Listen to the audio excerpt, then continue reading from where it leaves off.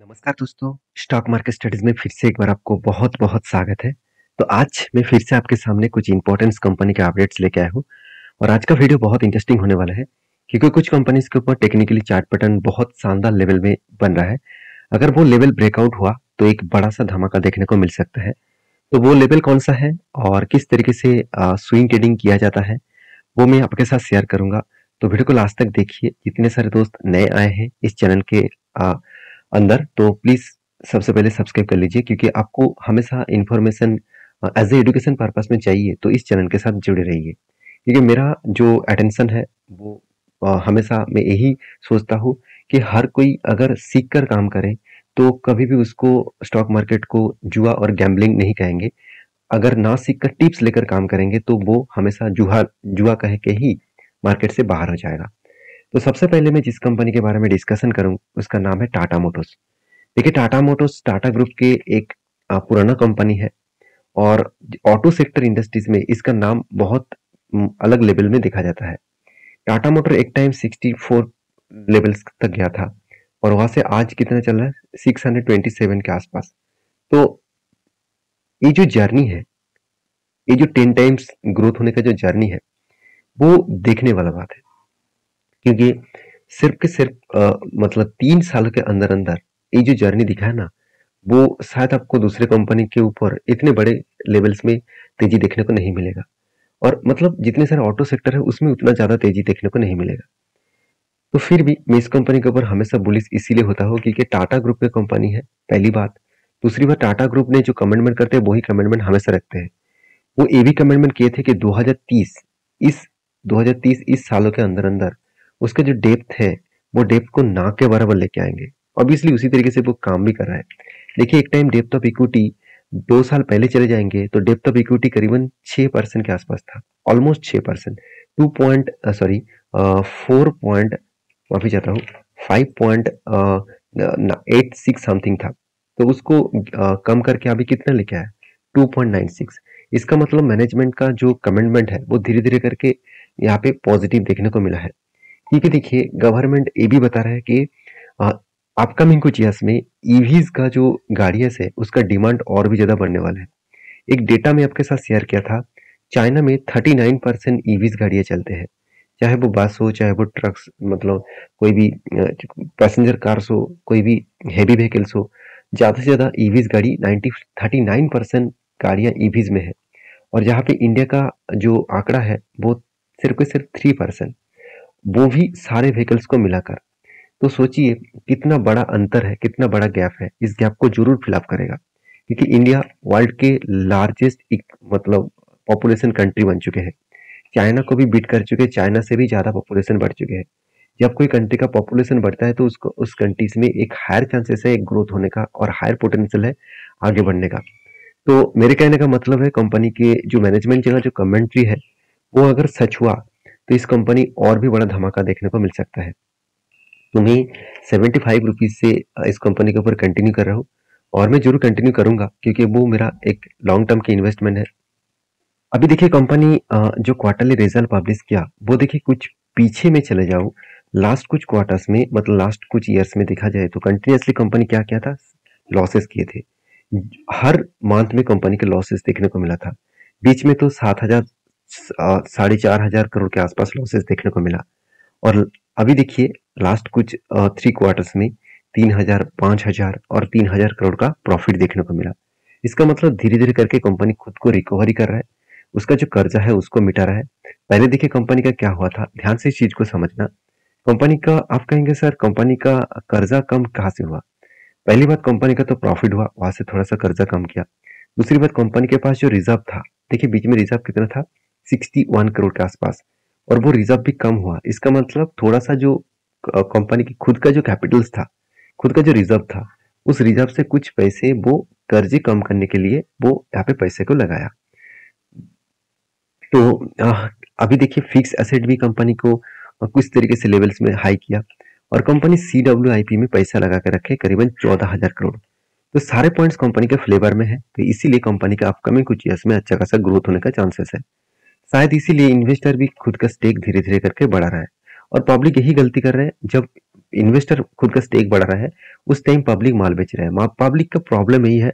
देखिए, मैं भी एक पब्लिक हूँ, मैं भी एक रिटेल पब्लिक हूँ। तो कहने का मतलब है, आप रिटेल पब्लिक होकर आपको ये जानना है कि बड़े इन्वेस्टर क्या कर रहे हैं, बड़े बड़े जो ट्रेडर्स है वो क्या कर रहे हैं। अगर उसका फॉर्मूला आपको पता चल गया, फॉर्मूला मतलब वो किस तरीके से काम कर रहे हैं, उसका डिटेल्स अगर पता चल गया, तो आपको हर एक पॉसिबिलिटी है किसी भी कंपनीज के ऊपर निवेश करने के बाद वहां से भरोसा करके टिके रहने के लिए। तो बाकी इस कंपनी के एक चीज मैं आपको और भी दिखा दूं। देखिए, कुछ मंथ में, मतलब जुलाई मंथ से अगर डेटा दिखा दूं सितंबर तक, देखिए कंटिन्यूसली यहाँ पे जो पिंक कलर का जो डेटा है, वो ये बीएससी और एनएससी का जो डिलीवरी रिपोर्ट है वो देख लीजिए।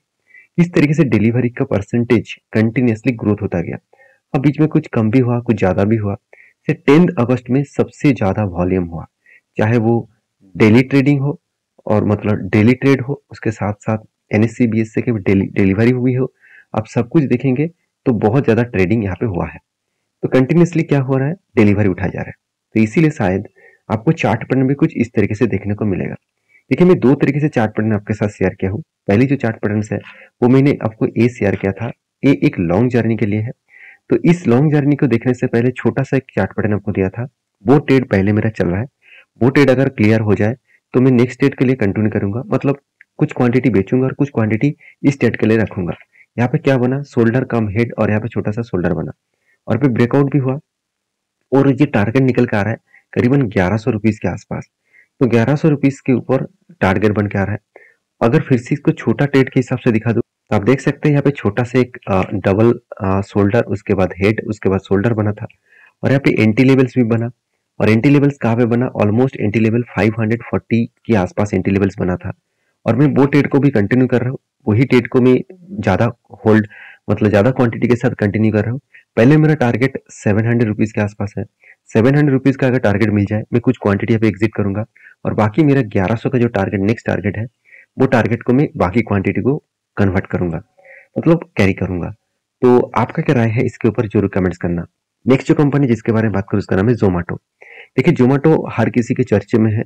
जोमेटो एक टाइम 45 रुपीज के आसपास चला गया था।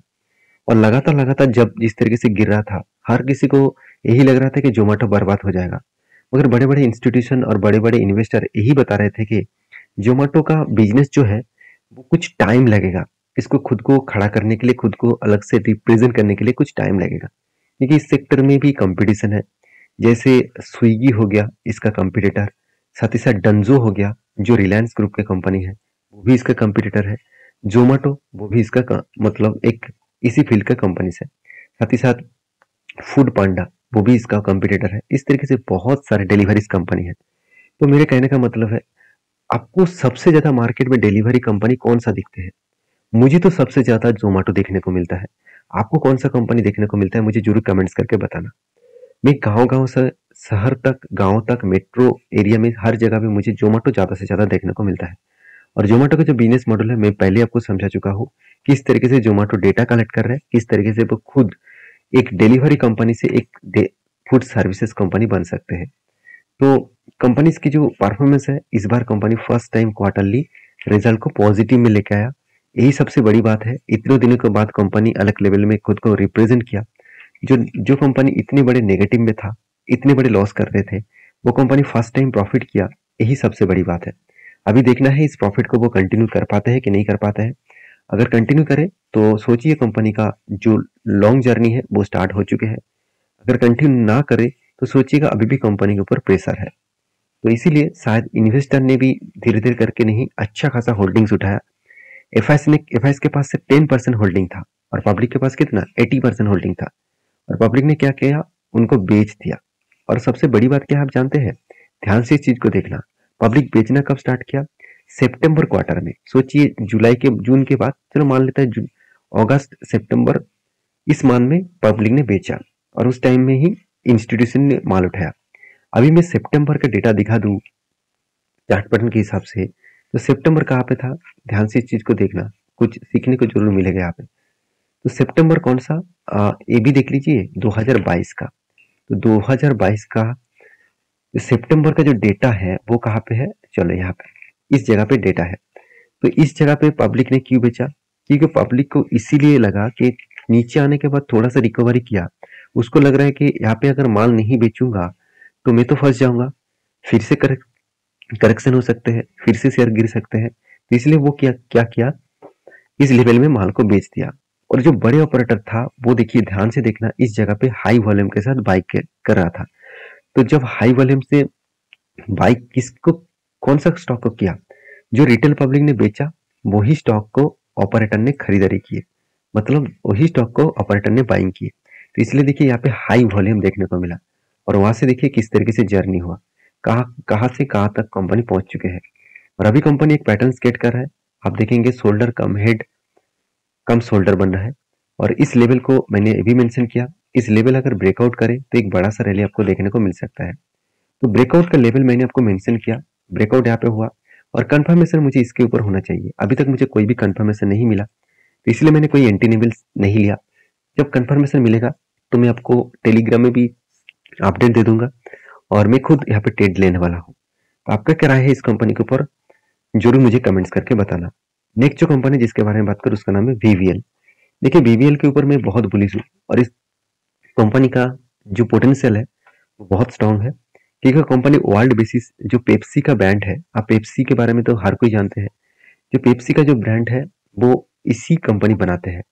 मतलब कंपनी सिर्फ पेप्सी नहीं, कंपनी देखा जाए तो सेवन अप से लेकर माउंटेन ड्यू से लेकर स्प्रिंग से लेकर साथ ही साथ मतलब एक्वाफिना वो भी इसी कंपनी का है। साथ ही साथ देखा जाए तो कंपनी स्लाइस इसी कंपनी का है, और साथ ही साथ कुरकुरे और लेज इस तरीके से प्रोडक्ट्स भी कंपनी बनाते हैं।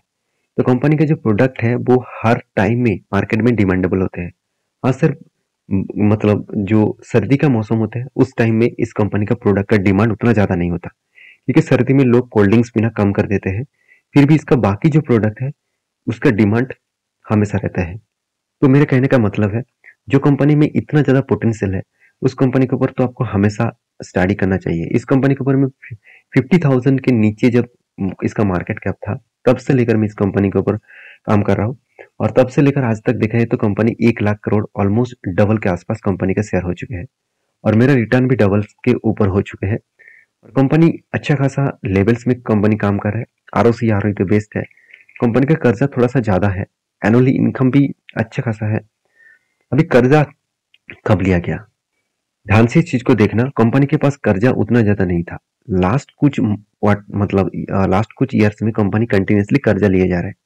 अभी इतना कर्जा लेने का क्या जरूरत है। कंपनी के देखिए प्रॉफिट एंड लॉस के बारे में बात करूं, कंपनी का टोटल प्रॉफिट कितना है, चलो मान लेता हूँ 1500 करोड़ के आसपास। और कंपनी को जो पेमेंट्स करना है, मतलब कंपनी का जो अभी ड्यू है, कंपनी का देखिए जो मतलब जो पेमेंट्स करना है, ट्रेड्स पेबल उसमें कितना है 1100 करोड़, और कंपनी का जो ट्रेड रिसीवेबल हुआ वो कितना है 600 करोड़।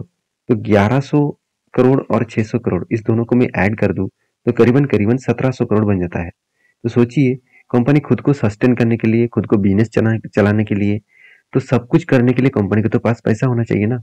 तो कंपनी जितना प्रॉफिट कमा रहा है तो उस पैसे से तो नहीं होगा, तो इसलिए कंपनी ने क्या किया, कर्जा ले लिया। अभी ये देखना है कि कंपनी कर्जा लेने के बाद खुद का जो मतलब प्रॉफिटेबिलिटी है वो लगातार इंक्रीज हो रहा है कि नहीं हो रहा है।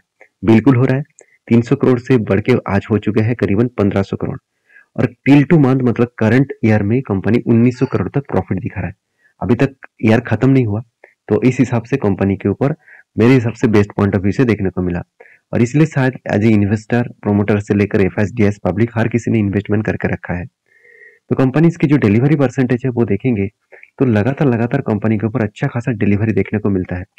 7.5 मिलियन, 10 मिलियन से भी ज्यादा डिलीवरी रिपोर्ट देखने को मिल रहा है। तो इस डिलीवरी रिपोर्ट यही बता रहा है कि कंपनी के ऊपर और भी लोग कंटिन्यूसली बाइंग करते जा रहे हैं। अब इसका चार्ट पैटर्न्स के बारे में बात करूं तो ध्यान से देखेंगे तो वीवीएल का मैं अगर चार्ट पैटर्न आपके साथ शेयर करूं तो कुछ इस तरीके से लेवल्स बन रहा है। तो इस तरीके से लेवल्स में आपको ये भी मेंशन किया था कि कंपनी एक जगह पे बहुत दिनों तक काम किया, होल्ड किया, और उसके बाद देखिए धीरे धीरे करके वो हायर साइड में ब्रेकआउट किया। ब्रेकआउट करने के बाद मैंने कहाँ पे एंट्री लिया, मैंने आपको ये भी बताया कि मैंने इस कैंडल के ऊपर एंट्री लिया, एक्चुअली इस ग्रीन कैंडल के ऊपर एंट्री लिया, क्योंकि यहाँ पे एक मतलब एक सपोर्ट लिया, और सपोर्ट लेने के बाद नेक्स्ट कैंडल ग्रीन कैंडल बना। इसका मतलब यहाँ पे एक पॉजिटिव साइन दिया कि कंपनी अपकमिंग डेज में कुछ अच्छा खासा पॉजिटिविटी करेंगे। तो मेरा होल्डिंग अभी भी है, मैंने एग्जिट नहीं लिया क्योंकि पिवोट जो लेवल्स बन रहा है, तो मैं पिवोट लेवल को फॉलो करके यहाँ पे काम कर रहा हूँ। तो ध्यान दीजिएगा, पिवोट लेवल के आसपास से कंपनी रिवेक किया, तो मैं इस पिवोट लेवल के ऊपर अगर ब्रेकआउट करे तो बड़ा सा पिवोट लेवल बन सकते हैं। तो इसके लिए मैं इंतजार कर रहा हूँ। बाकी आपके क्या राय है इस कंपनी के ऊपर जरूर कमेंट्स करना। नेक्स्ट जो कंपनी जिसके बारे में बात करूँ उसका नाम है एडीएफ फूड लिमिटेड। तो एडीएफ फूड लिमिटेड एक फूड बेवरेजेस कंपनी है। जिस तरीके से वीवीएल कंपनी काम करते हैं उसी तरीके से फूड प्रोसेसिंग इंडस्ट्रीज में एडीएफ फूड भी खुद के नाम अलग लेवल से रिप्रेजेंट कर चुके हैं। इस कंपनी के ऊपर कोविड के बाद एक अच्छा खासा धमाका हुआ। कोविड के टाइम में इस कंपनी का प्राइस था सिर्फ 127 रुपीज के आसपास, और आज इस कंपनी का प्राइस करीबन 1130 रुपीज के ऊपर चल रहा है। तो जो जर्नी हुआ आप देख सकते हैं किस तरीके से जर्नी कंपनी मेंटेन्स की। ओवरऑल इसका कोविड लेवल से अगर टॉप लेवल तक देखूं तो ऑलमोस्ट 800% का कंपनी रिटर्न जनरेट किया। और इस 800% का रिटर्न जनरेट होने के बाद कंपनी बोर्ड ने एक बहुत बड़ा अनाउंसमेंट किया। वो अनाउंसमेंट क्या है आप सभी जानते हैं, इसके ऊपर मैं पहले भी डिस्कशन कर चुका हूँ। स्प्लिट देने का, कंपनी के फेस वैल्यू जो 10 रुपया था वो बनने वाला है 2 रुपया। इसका मतलब कंपनी के हर एक शेयर में कंपनी आपको 5 शेयर देने वाले है। तो वीडियो अच्छा लगे तो प्लीज लाइक करना, और किसी भी कंपनी के ऊपर काम करना है तो प्लीज रिसर्च करके आपके रिस्क के हिसाब से काम करना। मेरा कोई भी यहाँ पे बाय एंड सेल का रिकमेंडेशन नहीं है, मेरे तरफ से सिर्फ एजुकेशन पर्पस में आपके साथ शेयर किया गया है वीडियो। तो प्लीज रिसर्च करके ही काम करना। मिलते हैं नेक्स्ट वीडियो में, तब तक के लिए अच्छे से रहिए, अपने ख्याल रखिए। धन्यवाद।